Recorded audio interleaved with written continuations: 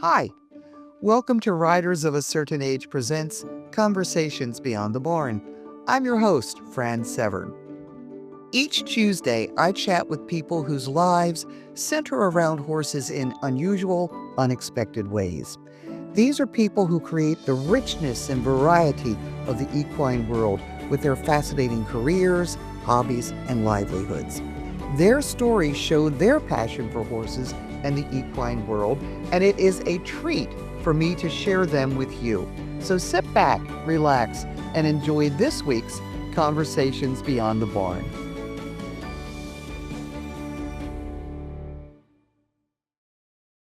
Hi, and welcome to this episode of Conversations Beyond the Barn. I'm your host, Fran Severn. When horse people get together, the conversation inevitably turns to tales about their horses, their antics, their behaviors, their habits.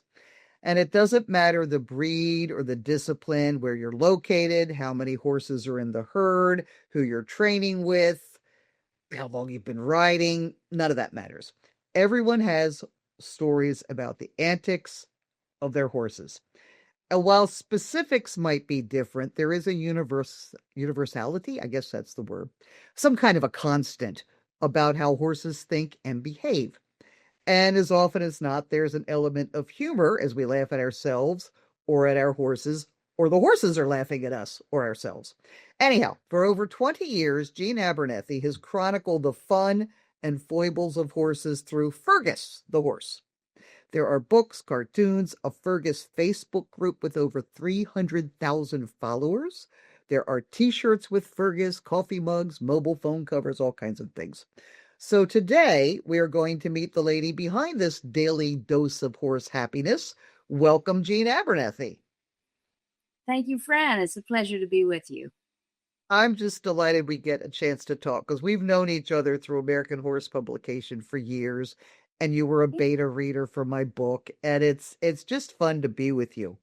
So when I do my presentations about riding, I always say you were either born with the horse-loving gene, or you missed it entirely, or it missed you entirely. So have you always had this fantastic understanding of horses and their humans? Were you always a horse addict? I was. I think I came into the world with it. And I grew up on a farm. At the time, from I was about 0 to 6, there was no horse on the farm. But I had to have a horse, a pony. I just had to. And, we rode the milk cows. My dad drove some oxen because my dad was not afraid to do unique things. So we rode the oxen and the milk cows and begged for a pony. And finally, that's what inspired the design. I need a pony. It's that simple, which is out there on the merch, because that's how I felt. Just yearned for a pony. Pictures of horses and ponies. Just had to have one in my life. So Santa brought a pony when I was 7, and my life began. My brother and I rode that pony. Our 2 sisters were not horse people, but my brother and I, we got it bad. So what about drawing and art? Were you also bored with a bridle in one hand and a pencil in the other? Well, pretty much. Yes, I remember learning how to draw the letters of the alphabet, and that just went hand in hand with drawing pictures of animals, particularly horses, because that's the other thing pencils can do. So, yeah, since as early as I can remember, I've been drawing pictures. Wow. So how did you merge the two passions? Were you involved in equine art from the beginning of school and career? What? I was. It was a given with this inborn passion for horses. If I'm going to draw pictures, then why wouldn't they be horses? So, yeah, grade 1, grade 2. I think the earliest drawing I have was with a very big, ugly magic marker on the back of my birthday card. I drew a horse. And I think I was 5 at that point. But yeah, up through grade school. And I don't know why, but my drawings did stand out from my classmates all along. And a little bit. Oh, yes, and you had talent. your skills blossom when you get into high school. It really starts to show. But yeah, it's always been in me. Did you go to school for art? Not soon enough. I got all the way through high school. I think until grade 12 was the first time I had an art teacher that knew anything about art. So that was minimal. And then I went off to an equine studies course in college. And that was fantastic. Loved it. Couldn't get enough. It was the first time also I had riding lessons. So it wasn't until a little bit after that I left the equine course, got into art college, and that's when I had serious lessons in art. In fact, the equine college just prior to that was the first I had lessons in riding. Wow. That must have been um, quite an eye opener from do it yourself to now this is where you're supposed to sit, use the reins, etc. I it opened worlds for me. I just couldn't soak up enough of it. Oh my goodness. I rode for started at the age of 7, and by the time I was 13 I had saved up enough money to get a saddle. So then in the college, when I finally got some riding lessons, oh my goodness, legs are for more than just staying on. Leg aids, rein aids, all those things I learned, and ever happy to learn it. Well, yeah. Now, one of the photos you sent me, and I'll put it up. It's a saddle. Is that a saddle you made, or did you do the leather work? I did the whole thing. You I made that saddle? ordered the tree and bought a skin and Oh started my cutting heavens. and did the tooling too. Yes. Yes. I've made about 6 or 7 of saddles in my life. Never really did it professionally, but yeah, the first few were clunkers because that's how it goes. But the one in the photo is the latest one. I made it in 2019 and it's my best build yet. Oh, it's stunning. It's absolutely stunning. Okay, so you finish school and now you end up down in the lower 48 for a while. That was the next step in Yes. your life and career. Yes, I graduated art college in 1987, married, children, whole shebang. My husband's career took us down to Marietta, Georgia in 1992. So I spent 20 years there and made some horse friends and kept going and kept drawing, kept doing what I was doing, which allowed me to fit my artistic career in between loads of laundry while raising 2 little boys. Now, but you weren't doing Fergus then. You were doing many other kinds of art and working with other horse associations, that sort of thing. That's Fergus right. wasn't around yet. That's right. Fergus didn't exist yet.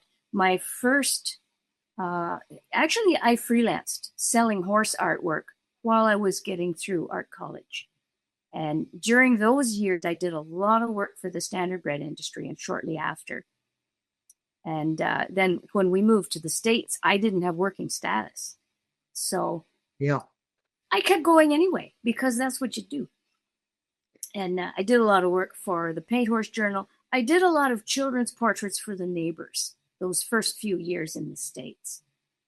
And that just kept going. Somebody always wanted me to draw something, but the horses were my passion. Sure. Paint Horse Journal was a significant client. They gave me a lot of work for a lot of years, for which I am ever grateful. And then you met Monty Roberts. You said that made a big difference in your career. That was a good break. I was at one of Monty's demonstrations. It was 1998, I believe. It was Valentine's evening, and I had taken a book and made a sketch of Monty. And as only Monty could, there was this great big cowboy standing behind me, watching me make this sketch. And he said, "You're going to show that to Monty, aren't you?" And I said, "Well, I already got my book signed. There was a great big lineup." I said, "I don't know." So this big tall cowboy shoved me up in front of Monty, and I put the sketch onto his little signing stand. And he said, "Oh, that's pretty good. Have you ever been published?" So I threw out my ace card, which was, "Yes, sir. Paint Horse Journal has published a lot of my work." And then Monty pulled out a business card. He says, "I'm going to make a how-to book, and you should bug me about that." Oh, wow. So that was huge because it was right about that time, it was Monty, it was John Lyons, and Pat Corelli. Those were the big three clinicians that were on everybody's lips at the time. And so that was huge. I spent 2 years working on that. Flew out to his farm, studied the study, and learned the join up and the step by step of all that, so that I could illustrate it. And that changed my artwork. It changed my horsemanship. Oh, yeah. Yeah, that was big. So, how did Fergus come about? It was during those same years, Fran, that I had been doing horse cartoons for about 15 years. A couple of samples I have sent you. The horses were generic, and the people told the jokes. And that had been going on for some years. And I do those googly eyes because, as you will see on the sample of Crossfire, who he existed before Fergus. But those same eyes, I could get expression in those eyes. People would say, "What's your horse's name?" And my horse didn't have a name. I didn't want to get pigeonholed into a particular sport or a particular niche. So that's why I had been making generic horses. But I heard that question often enough, "What's your horse's name?" And I finally bit the bullet, thought, okay, I'm going to make a character, give him a name, decide on a look, and see where it goes. So I invented Fergus, and I named him after my grandfather, whose first name was Ferguson. And it went from there. Yeah, it's so perfect because he's kind of the everyman horse. He's not a particular breed, doesn't have a particular pose. He's kind of everybody's backyard horse. And at the same time, I know people that are like high-end dressage people. They go, "Oh yeah, I know that horse." And I think that's the charm. He's every man or every horse. Yes, and that's very deliberate, because if my favorite thing to draw is horses, I'm already in a niche market. So I don't want to get into a niche of a niche. Fergus has to be everybody's horse. Sure. So that is very purposeful. And then his friends, I've got the Clydesdale, I've got the Shetland pony, I've got the Percher, and if I need those breeds, I love the Shetland. Yeah, everybody does. Yeah, the Shetland is fabulous. I always get a big response when I put Huey the Clydesdale up. You know, people love him. I've got the Frisian, who is the movie star.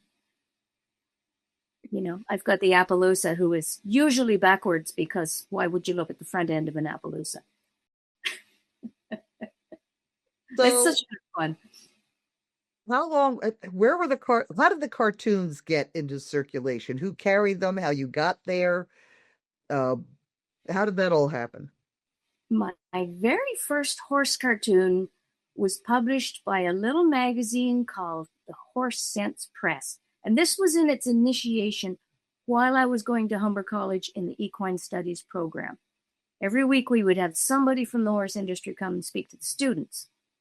And one particular gentleman, who was a retired farrier, was starting this little magazine. So I kind of put a little drawing in front of him and said, you know, I can make some cartoons if you're interested. And he was. So I believe it was 1981. My first cartoons got into there. And I kept shoving them out there. There weren't very many. As mentioned, I left the Equine Studies course because, and I remember this moment very, very clearly, when we started into the second year of that program, we were assigned a quote-unquote project horse, which was basically a horse in the stable we were responsible for. My particular project horse had injured a hock and needed to be cold hosed for 20 minutes twice a day. At this point in my studies, a lot of the instructors in the program had seen the doodles on my school books and asked me to draw this, that, or the other for their careers, little, things, extracurricular things they were doing. So here I am holding this hose on this hawk and thinking about the homework I had to do, the drawings I had committed I would make for these people who were becoming my friends. And my marks were slipping, and I remember thinking, somebody that cannot draw pictures should be holding this hose. And I also knew that there were students in the program that would be far better grooms than I would ever be. So I made a life-changing moment right there, and I still kind of regret not finishing that out, but I didn't. I chose to leave it, and I enrolled into the Ontario College of Art, which is now called OCAD University, and I was accepted. You had to present a portfolio to get into that school. It's one of the best in the country, and I got in. So then I started to have art lessons. And then I learned the value of life drawing. And then I learned what cyan meant, because I had never heard that word. And so on and so on. And I earned my degree there in 4 years, and probably the best decision I ever made. So at that point, I already had these connections in the horse industry, you see, from my college program. So the requests kept coming. The example I left you of Crossfire was actually... that was a cartoon. I already had it going, but I converted it. I merged it with the college program. That was an experiment in airbrushing. So that piece of art is 18 by 24, airbrushed onto illustration board. And I just used a cartoon I already had to make that poster. So I did that as much as I could to economize my time between my art assignments and the requested cartoons that were coming in. So that actually helped pay my way through college to some extent. So I was very fortunate that way. Yeah. So I'm a writer, and I'm always getting ideas, but I'm always fascinated by cartoonists, particularly those who have a daily or a weekly strip somewhere to keep the ideas flowing and keep them fresh. And this is a question that writers are asked all the time, and I'm going to throw it all on you. Where do you find that constant flow of inspiration and ideas and subjects? Because you'd think, oh, after a while, you're going to run out of things with Fergus and his friends. Well, and it does get that way. I can't think of any way that Fergus has not yet spooked after 20 years. But, to some degree, that's a tough question. Going to the barn is the biggest inspiration because, your horse is... every day is a new day with a horse, as you know. And that keeps it fresh in my mind. To some degree, always having your mind set to search for those comedic moments, to some degree can be trained. If you start really watching for coins on the sidewalk, knowing there's going to be some there, you will start finding more and more of them. Or if you convince yourself you can find four-leaf clovers, you will start to find them if you watch. And I've learned that your mind can do that too in searching for those funny moments for cartoons. That same phenomenon will happen if you're in it and always searching and always working with your horse and always thinking, how could I turn that on its head so that it's hilarious? Even something that isn't funny can become very funny if you turn it around to some different angle, So it's all within that realm of knowing that it's there and keeping on going to the barn. If I didn't keep going to the barn, that simply wouldn't happen. When you rub your hands down those legs regularly, you can draw them better. Okay. How many Fergus books are there now? I've kind of lost track. There are 6. Well, I should say 7. 2 of them, the first one and the 4th one, are compilations of Fergus comic strips and a little bit of text and backstory. The second, third, I'm looking up here because they're on my shelf. 2 of them are behind me. The children's books, which are the most popular, Fergus, A Horse to be Reckoned With, 2018. Fergus and the Greener Grass. No, that was 2018. Anyway, I won't tell you the year. Fergus, A Horse to be Reckoned With, Fergus and the Greener Grass, Fergus and the Night Before Christmas, and the most recent, which just launched this fall, was Fergus and the Man Named Jim. The 2 compilations of comic strips are the original, The Essential Fergus the Horse, which was my first one. It's still available, ebook only. The 20 years. It's been 20 years, Fergus, and you're still spooking at that thing. That's the other compilation of cartoons. Now, I did another little one. This is by a young lady in Oregon. She lost a horse to, what is that disease? EV1, I believe. And what is that? I will find it because this is important. I'll be right back. She lost a horse. This is called S'more's Code. And she lost a horse to this disease, which is called, I think it's EV1. Anyway, she came up, and the horse's name was S'more. She came up with an acronym for S'more and used each letter of his name. For S is for sanitize, and M is for monitor. And she came up with that. And my publisher sent me an email and said, Jean, would you be interested in getting Fergus involved with this? And when I heard the idea, I thought, why not help her out? Why not get Fergus involved? So she, with the support of her parents, published that little book, and I illustrated it for them. So that, too, in a sense, is a Fergus book. Sure, absolutely. So do you do other commissions or other work aside from the very Fergusy kind of horses? Do you work in other fields, other subjects, or do the horses keep calling you back? It's always horses. I mean, it's 99.9% of the time it's horses, because especially after this number of years, that's why they come to me, is because of the horses, sure. Whether they want something funny or not. To answer your question more clearly, yes, absolutely. As mentioned, I did children's portraits for a while. I've done doggy portraits. Portraiture really has been minimal in the big picture. I have illustrated several books for other authors, which has been fun. I've a lot of technical work. I did technical illustrations for Quarter Horse Journal, countless arena diagrams with the Borrow a Trainer column, which I did with Christine Hamilton. That was a lot of fun. I did both humorous and realistic illustrations for Paint Horse Journal. What else? I did a polo book for a polo instructor named Reggie Ludwig. That was a big project. And I think it ended up being more than one book. And as I said, a lot of standardbred work. So you name the harness, I can draw it, because you can't get that wrong. Whether it's polo or thoroughbreds or standardbreds or heavy harness or driving harness or complete gear that a roper needs to rope calves. I mean, you got to get that right. So I enjoy the challenge of that.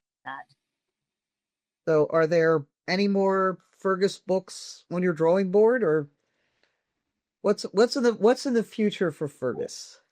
Way back here, those things are percolating. Yeah, far too early for me to say, but yeah, Fergus is not done yet. There's another story simmering away back there that will emerge at some point. That's good. To know that the Fergus will continue is always a good thing.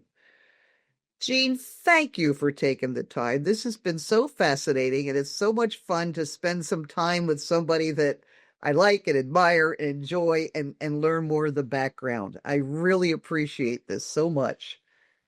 It's a pleasure, Fran. Thank you for your interest in my work. It's been great to spend some time with you. Okay. Thank you much. Well, that's it for this week's episode of Writers of a Certain Age presents Conversations Beyond the Barn. If you enjoy it, subscribe so you don't miss an episode. Please leave a comment and suggestions for future shows, guests, topics, interesting equine activities. I'd love to hear about them, so would everybody else. And while you're at it, you can support the podcast by buymeacoffee.com/certainage. Support Conversations Beyond the Barn. Thanks for listening. I'll see you next week.